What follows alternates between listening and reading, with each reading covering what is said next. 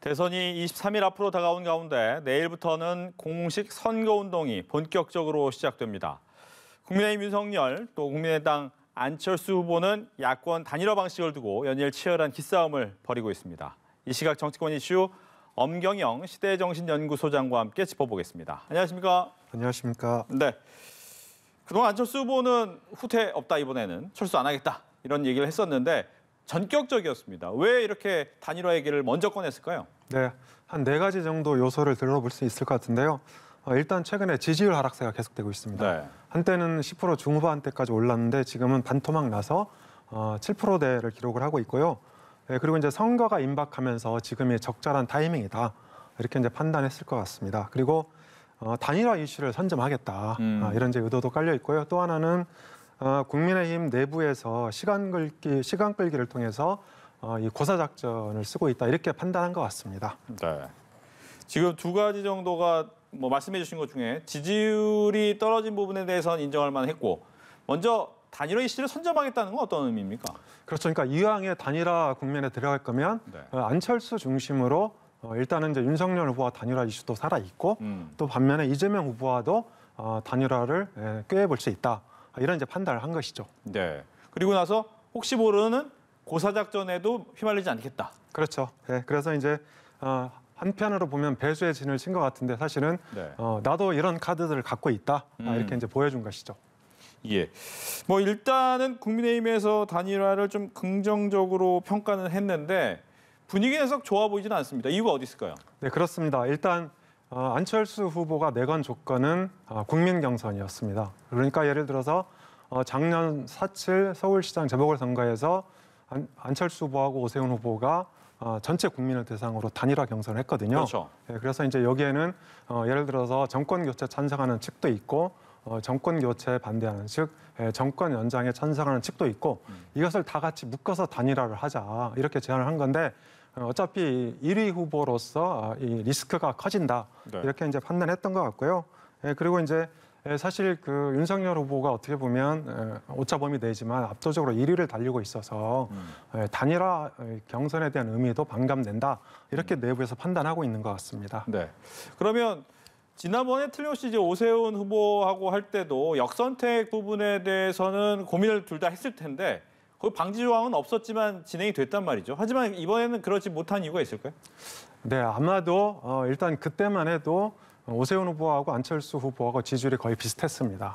거의 비슷해서 그리고 이제 내부적으로 오픈, 그러니까 100% 국민 경선을 해도 오세훈 후보가 이길 수 있다 이런 이제 판단이 서 있었는데요. 네, 지금은 상황이 약간 다릅니다. 그러니까 각종 여론조사에서 이 안철수 후보가 이제 10% 전후의 지지율을 기록하면서 이를테면 캐스팅 보트를 치고 있는 거죠. 예. 이런 상황에서 전 국민을 대상으로 오픈 경선했을 경우에 윤석열 후보가 자칫 패배할 수도 있다. 이런 이제 리스크를 이제 염두에 둔 그런 결론이다 이렇게 볼 수 있죠. 예. 그렇게 되면 아직 결론은 나지 않겠지만 만약 이 현재 오픈 경선을 그대로 받겠다. 만약 윤석열 후보 측에서 그렇게 얘기했을 때는 역선택이 많이 일어날 가능성이 있습니까? 어떻게 예상하십니까? 그렇습니다. 역선택은 사실은 전국 단위 경선에서 그러니까 전통적인 갈등 요소거든요. 그래서 그러니까 정권 연장을 요구하는 이재명 후보 지지층이 상대적으로 약하다고 판단하는 안철수 후보를 대거 지지할 가능성도 있습니다. 그러니까 왜냐하면 그 부분에 대해서 양자 대결로 여론조사를 굉장히 많이 해왔잖아요. 그렇습니다. 근데 그 와중에서도 안철수 후보가 이재명 후보를 이긴다는 양자 대결을 했을 때 그런 결과도 꽤 높게 나왔었는데도 불구하고 그럴 수 있다. 그렇습니다. 그렇지만 또 최근에 각종 조사를 보면 안철수 후보가 중도 확장에서 상당한 장점을 갖고 있거든요. 그래서 이런 면에서 이 단일화 경선이 널리 홍보가 되고 있는 지금 시점이잖아요. 그래서 아마도 일주일 내지 2주일쯤 있다가 이 단일화 경선을 할 텐데 이때 여론조사가 시행이 되면 윤석열 후보가 100% 이긴다고 보장할 수 없죠. 그렇다면 현 상황에서 안철수 후보의 입장에서는 100% 어떻게 보면 국민 경선이 가장 좋은 카드라고 한다면 윤석열 후보 측에서는 어떤 카드가 가장 좋은 카드입니까? 윤석열 후보 쪽에서는 단일화 경선 없이 단판을 하자. 이런 게 이제 그 당내 대부분의 의견이고요. 일부는 이제 여론조사 경선을 받자 이런 의견도 있습니다. 다만 받을 때 정권 교체, 그러니까 역선택 방지 조항을 넣어서 네. 정권 교체를 원하는 유권자를 중심으로 여론조사를 시행을 하자 이렇게 주장하고 있는 것이죠. 근데 그 부분이 즉 약간 여론조사를 받을 만한 사람을 좀 나눠서 즉 정권 교체를 열망하는 사람들 위주로만 받아서 이 정하자라는 내용인데 그럴 가능성이 있습니까 혹시? 제가 보기에는 최후의 수단이죠. 사실은 이제 그 단일화라는 것이 안철수 후보하고 이재명 후보하고 전격적으로 할 수도 있는 거거든요. 아하. 그리고 이제 지금 이대로 가다면 이대로 이제 그 다자 대결로 치러진다면 네. 윤석열 후보가 승리를 장담할 수 없다. 그러니까 이런 이제 판단도 깔려 있고요. 사실 이제 어제하고 오늘 그 여론조사가 4개가 발표됐습니다. 예. 이 중에서 3개가 오차 범위 내의 초박빙 그 조사이고요. 하나만 오차 범위를 살짝 벗어난 조사였거든요. 그래서 윤석열 후보 쪽도 단일화 없이 승산에 대한 100% 확신이 없다. 이렇게 볼 수 있습니다. 네. 근데 이 안철수 후보 측에서는 이 부분에 대해서 고민이 좀 많은데 특히나 우리는 더 이상 낼 카드가 없다. 100% 여론조사만 해야 된다. 그리고 시간도 앞으로 한 2, 3일밖에 없다라고 얘기를 해놓은 상태거든요. 그렇죠. 2, 3일 안에 결론이 날까요?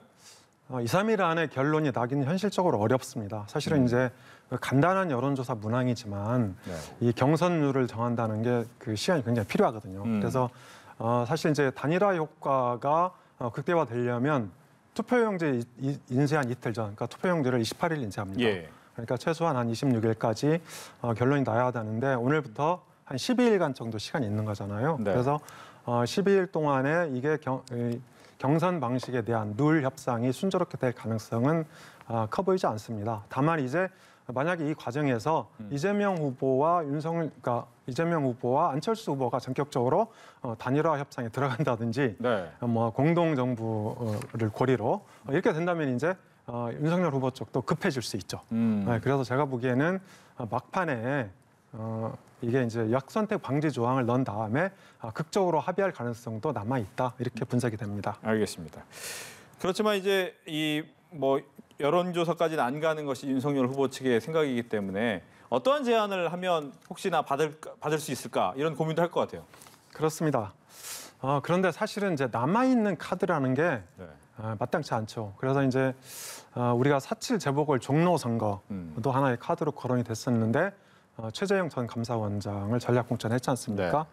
그래서 남아 있는 카드로 본다면 초대 총리 정도가 있고요. 그리고 이제 장관이 있을 수 있는데 장관은 좀 약하죠. 네. 안철수 후보가 받기에. 그리고 이제 차기 당대표, 차기 당대표도 있는데 이 차기 당대표는 양당 간의 통합 협상을 해야 되고 그리고 이제 그 이준석 대표 등 일부 당의 주리가 반대할 수도 있기 때문에 예. 남아 있는 카드로는 사실 총리 카드밖에 없다 이렇게 볼 수 있는데 이미 그 윤석열 캠프 내에서는 일부 인사들을 중심으로 이 차기 총리 함화평이 지금 오르내리고 있습니다. 예. 그래서 카드 자체가 한계가 있다 이렇게 이제 평가할 수 있죠. 네, 잠깐 언급은 하셨지만 이준석 대표 같은 경우에도 이 그 단일화 제안을 보면서 역시나였는데 역시나였다라고기도 하고 또 이제 부처님 손바닥 안에 있는 손오공의 또 그림도 올리기도 하고 약간은 이 분위기에서 좋지는 않거든요.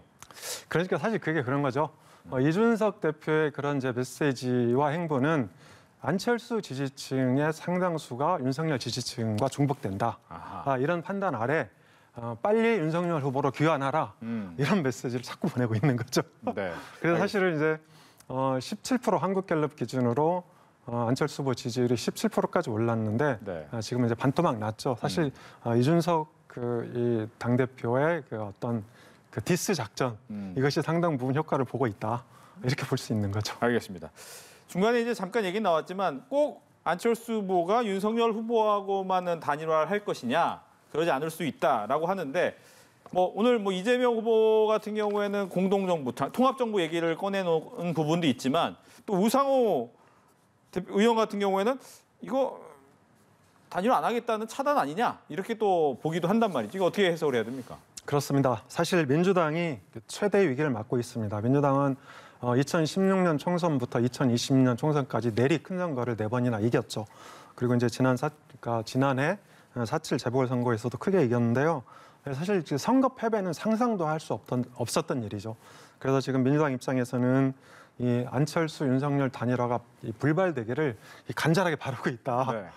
이제 그것이 드러난 것이고요. 근데 그렇다고 해서 같이 갈 수는 있습니까? 저는 충분히 같이 갈 수 있다고 봅니다. 그래요? 네, 그래서 이재명 후보의 최근 행보를 보면 불가능하지도 않은 것이 최근에 이제 통합정부 구성을 이 주제로 얘기를 하고 있는데 얼마 전에 김종인 전 국민의힘 이 총괄선대위원장 그리고 이상돈 중앙대 교수 그리고 이제 윤여준 전 환경부 장관 이렇게 그 정치 원로들과 전격적으로 회동하면서 이 통합정부 구성에 대한 자기 어떤 그 구상을 밝혔어요. 네. 네, 밝혔고 이재명 후보는 이제 오늘 이 선거운동 하루 앞둔 오늘인데요.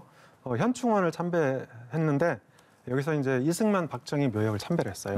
근데 이재명 후보가 이승만 묘역을 참배한 건 이번이 처음입니다. 네. 그러니까 경선 이후에도 당내에서 참배해야 된다 이런 이제 목소리가 일부 있었는데 오늘 이제 최초로 참배한 거죠. 이것이 이제 통합 행보고요. 예. 그리고 이제 오늘 명동 한복판에서 이재명 후보가 위기 국보 국민 통합 이를테면 이제 선언을 하는 거고요. 그리고 오늘 대한상공회의소를 방문해서 경제인과 정책 대화를 통해서 이 경제 대통령 이미지를 최대한 부각을 시키고 있습니다. 이런 것을 보면 이재명 후보가 안철수 후보와 충분히 앞으로 이 통합정부를 고리로 연대할 수도 있다. 이런 그 가능성과 여지를 남겨둔 것이다. 이렇게 이제 분석할 수 있죠. 알겠습니다. 이재명 후보가 마음이 급하다라고 얘기를 해주셨고 그러다 보니까 이제 보수 또 중도층에 대한 약간은 더 넓히는 자세를 좀 많이 보여주고 있는데 일각에서 하는 얘기가 자기 아직 집토끼 다 못 잡은 거 아닙니까? 라는 얘기를 하고 있단 말이죠. 이 와중에 과연 말씀하신 것처럼 이승만, 박정희 전 대통령의 묘역을 찾아서 중도를 확장하는 것이 과연 어느 정도 효과가 있겠느냐라는 지적도 나올 것 같아요. 네, 사실 이재명 후보 지지율은 문 대통령 지지율에 비해서 조금 낮습니다. 한 2, 3%. 낮은데 최근에 이제 윤석열 후보가 문재인 정부 적폐 수사 발언을 한 적이 있습니다. 네. 그러니까 있고 이제 그 다음 날 바로 문 대통령이 강력히 분노한다면서 윤석열 후보의 공개 사과를 요구를 하기도 했죠. 근데 이런 과정을 통해서 이재명 후보 지지율이 일부 이제 회복이 된 것 같습니다. 한 2, 3%. 그리고 반면 이제 윤석열 후보는 이제 조금 떨어졌는데 이제 지지층들이 이런 논란을 통해서 이제 극복이 어느 정도 결집이 되고 있는 거죠. 그래서 이제 오늘 또 이재명 후보가 어제죠. 윤석열 후보를 통해서 맹공을 제주도를 방문해서 펼쳤는데요. 제주 4.3 유령탑을 찾아서 이재명 후보가 윤석열 후보의 적폐 수사를 강력히 비판했어요. 강력히 비판했고 그리고 이제 네거티브 공세로 전면 전환했는데 이런 네거티브 공세 전면 전환은 지난달 26일 이재명 후보가 네거티브 중단을 정책적으로 선언했는데 좀 네. 이례적인 행보거든요. 그렇죠. 네, 그래서 이런 것들이 윤석열 후보의 적폐 수사 또 문 대통령의 강력한 분노, 공개 사과 요구 이런 것들이 이제 지지층 결집으로 어느 정도 효과를 보고 있다 이런 이제 판단이 깔려 있는 것 같고요. 예. 그리고 아무래도 지지율이 박스권에 갇혀서 이제 상당히 시간이 흐르고 있고 또 선거 운동이 코앞으로 다가왔는데 위기감이 고조되면서 이런 이제 네거티브로 전환한 것이 아닌가 이렇게 이제 분명 평가해 볼 수 있습니다. 예. 이 와중에 이제 윤석열 후보 같은 경우에는 이 적폐 수사라는 이 발언 때문에 굉장히 좀 힘들어하는 모습을 보이고 있는데 그 와중에 오늘 법무부 장관이 검찰총장에 대한 수사 지휘권 폐지하겠다. 공수처도 이제 다시 한번 생각해보겠다 이런 얘기를 했단 말이죠. 그러니까 즉 원칙적으로 다시 돌아가겠다라는 걸 다시 한번 보여줬다 이렇게 봐야 됩니까? 제가 보기에는 이제 그렇게 비관적으로 우려할 필요는 없다고 생각합니다. 왜냐하면 윤석열 후보는 시간 나는 대로 얼마 전에도 이제 노무현 대통령을 소환해서 노무현 대통령의 개혁 정신을 배우겠다 이렇게 이제 발언한 적이 있는데요. 사실 윤석열 후보가 이제 노무현 대통령께서 이 검찰 수사 도중에 서거하셨잖아요. 네. 그래서 그런 것에 대한 어떤 부채의식이 좀 남아 있는 것 같고 그리고 지금 공수처를 폐지한다든지 검경 수사권 조정을 근본적으로 재검토한다든지 이런 식의 이제 근본적인 구조 변화는 이 민주당 의석이 170석을 갖고 있기 때문에 현실적으로 불가능합니다. 네, 그래서 저는 윤석열 후보가 원론적인 의미에서 내지는 이제 보수 지지층 결집을 위해서 그런 발언을 했다고 생각을 하고요. 예. 윤석열 후보가 본인이 이제 당선이 되면 이 공수처나 경찰, 검찰도 공직자를 수사할 수 있도록 하겠다. 그래서 이제 이 검찰 권력을 서로 견제하도록 만들겠다 이런 발언도 여러 차례 했습니다. 그래서 제가 보기에 이런 어떤 검찰 권력과 관련해서 이 개혁을 뭐 무위로 돌리는 그런 이제 행태는 별로 없을 것 같고요. 예, 다만 최근에 이제 YTN을 비롯한 일부 언론에서 이 한동훈 검사장 핵심 측근이잖아요. 그래서 한동훈 검사장을 이 서울중앙지검장에 임명하겠다 이런 이제 내정설이 돌고 있는데 이런 부분은 이제 다소 우려스럽다 이렇게 볼 수 있죠. 알겠습니다. 또 하나는 이제 윤석열 후보 같은 경우에는 캠페인으로 무궁화 열차를 탑승해서 좀 다니고 있는데 거기 사진 한 장 때문에 또 얘기가 나왔습니다. 그 좌석에 이제 다리를 올려놨는데 신발을 신은 채로 올려놓은 모습 때문에 얘기가 됐는데 뭐 후보 측에서는 잠깐 다리가 아파서 그런 것이 있다라고 하지만 또 얘기는 계속 나오네요.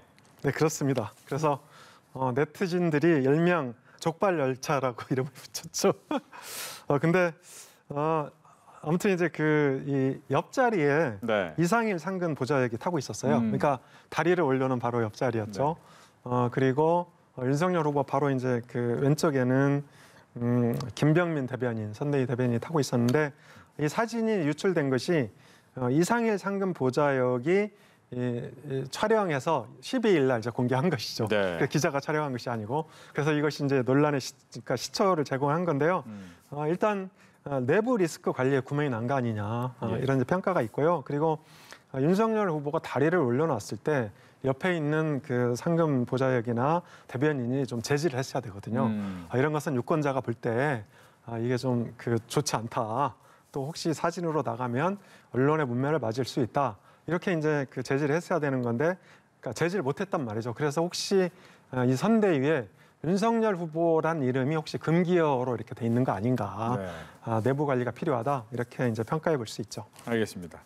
이제 내일부터면 선거운동 하는데 보통 선거운동에 꽃하면 거리 연설 아니겠습니까? 뭐 많은 사람들이 모이고 연설도 하는데 코로나 상황에서 그 모습을 과연 어느 정도나 볼 수 있을까라는 생각도 들고 또 요즘에는 워낙 SNS 같은 게 발달하고 있으니까 이런 모임도 좀 적어지는 건 아닌가라는 생각도 들고 어떻게 좀 변화할까요? 네, 맞습니다. 그래서 제가 보기에는 투 트랙으로 선거운동이 진행될 가능성이 크다. 그래서 일단 이제 상징적인 측면에서 공식적인 선거운동은 이제 오프라인으로 할 것 같고요. 그리고 비공식 부문을 극대화하면서 2030 공약에 주력할 것 같다 이렇게 이제 보여지는데요. 네. 특히 이 선거 일선에서 뛰는 분들 얘기를 들어보면 2030 공약에 대해서 애를 되게 많이 먹고 있습니다. 왜 그렇습니까? 네, 그러니까 이 온오프라인에 안 보인다는 거죠. 그래서 유령과 싸우는 것 같다. 네. 특히 이제 그 민주당 관계자들 이런 얘기 많이 하는데요. 내일이 공식 선거운동 날인데요. 이재명 후보는 부산에서 시작을 해서 이 부산을 거쳐서 대구, 대전, 서울 이렇게 이제 경부선 코스로 이제 오프라인 선거 일정을 잡았고요. 반대로 윤석열 후보는 서울에서 출발합니다. 서울 청계광장에서 출발해서 대전, 대구, 부산 하행선 코스로 이제 이 공식 선거 운동을 이렇게 하는데요. 비공식 선거 운동은 뭐 챗봇, AI 이런 데서 치열하게 전개될 것 같습니다. 특히 이제 윤석열 후보는 AI 윤석열을 굉장히 활용하고 있고요. 옛날에 1월 초죠. 신세계 정용진 부회장 멸공 논란 불거졌을 때 AI 챗봇을 통해서 톡톡이 재미를 봤고요. 최근에 이재명 후보도 AI 이재명을 만들었어요. 네. 네, 그래서 이제 2030을 공략하는데 이런 AI라든지 밈이라든지 동영상이라든지 뭐 카페 뭐 이런 것들을 이제 극대화된 어떤 활용 방안을 지금 모색을 하고 있습니다. 알겠습니다. 이렇게 해서 정치권 이슈를 엄경영 시대정신연구소장과 함께 짚어봤습니다. 오늘 얘기 잘 들었습니다. 감사합니다.